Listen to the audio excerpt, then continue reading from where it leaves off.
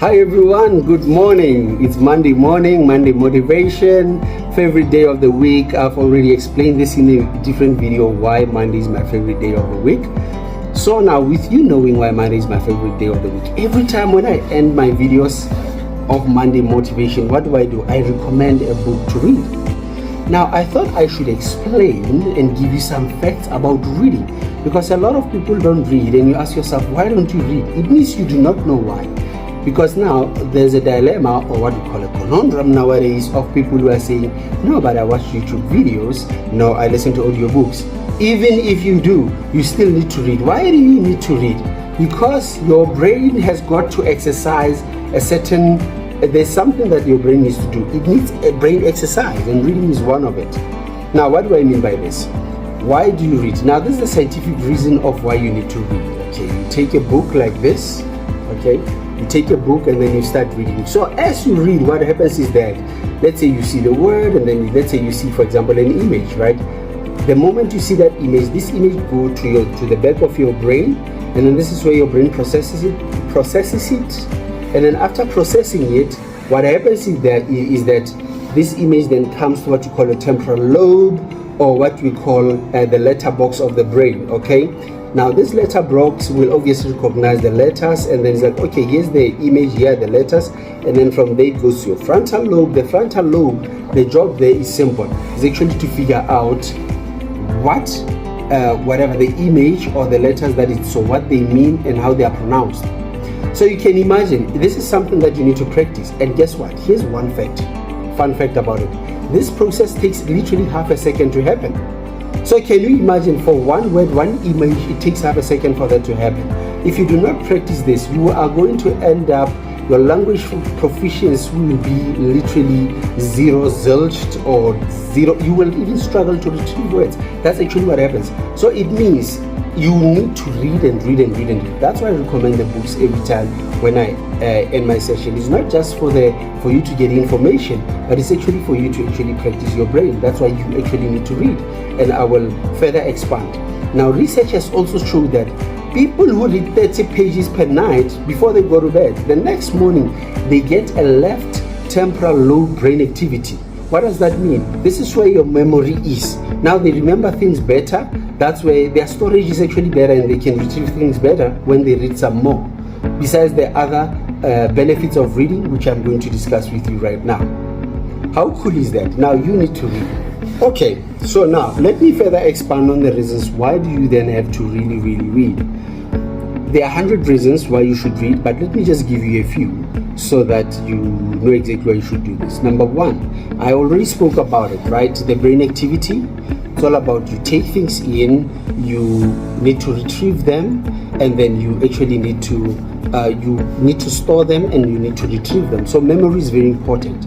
That memory of the brain is improved through reading. So it means it's very good, it's very important to read. Vocab, very important. Any field, any language, if you want to be proficient in speaking English, you need a vocab. But for you to get vocabulary, you actually need to read books. And if you don't believe me, have you seen the ladies who read these books, love books, from Mills and Boons during my days, the love stories? They actually, have you seen those ladies can speak English, right? They don't just speak it, they twang and they come up with these words that you don't understand. That comes from reading, guys. Okay, so I spoke about expanding the vocabulary. The next one, it boosts your imagination. Albert Einstein spoke about it and said imagination is everything. Okay, passion, whatever, is nothing. Imagination is everything. If you can imagine that world that you imagine, you can actually turn your dreams will come true through imagination. That's what he said. Very important, it reduces stress, or it helps with stress management. The more you read, the less you stress. And that's why I often gotten questions from people who are saying, but when I don't use stress, I realize because I read a lot, actually that is where my stress management is. Okay. Now, very important as well, as a businessman that I am, business, two things if you're a business person. Okay, you need innovation and creativity. Now, reading enhances creativity. Now, it's no-brainer in order for you to understand how does it do that. it's no-brainer, because the more you read the case studies, the more you actually can articulate things, the more you can assimilate, the more you can integrate things, and this is how your creativity comes about. So reading is very important for that. Also very important, before you go to sleep, they say count sheep if you cannot sleep, right? So reading actually improves your sleep. How interesting is that? Now, the two next points that I would like to mention are very, very important. Reading is good for what? For language and cognitive development. Now, if you can't speak language properly, don't come up with excuses that English is not a measure of intelligence. It's because you don't read. People who read have got, their language development is quite advanced. They've got good memory, good vocab. They speak the languages very well. Not just the language, whatever the field that you're part of. Like, for example, me as a businessman, I know exactly how much vocab should I have in order for me to specialize in this field of business. In the field of ICT, whether you're a data analyst, whether you are a web developer, whether you're a cybersecurity guy, you need that vocab in order for you to understand the concepts and the context of what you are doing. That's what you need. And how do you get this? Through reading. That is why you're studying. You don't study on YouTube, whatever. You get books, guys. You get books in order for you to actually do what? To study. That is what reading does. So it's very, very important to read. Now, also very important, it broadens your knowledge, guys. It helps you with concentration and focus. But most importantly, this one I just want to actually send a jab to some of you guys, data analytics people, data analysts. I'm a business analyst myself.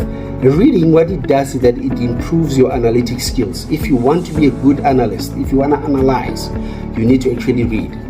Okay, you need to read a lot in order for you to have those analytic skills. Okay, so that is that. Now the question is, I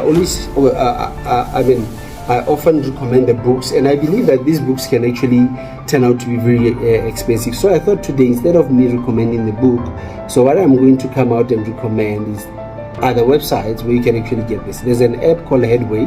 I think they give you nice summaries where you can actually read the books. I think you can read and listen, but opt for reading.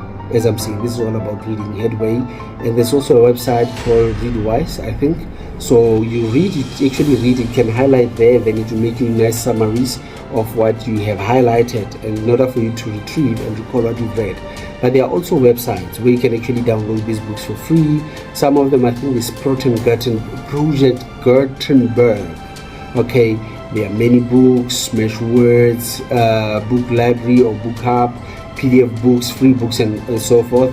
I think, look, the list will pop out here.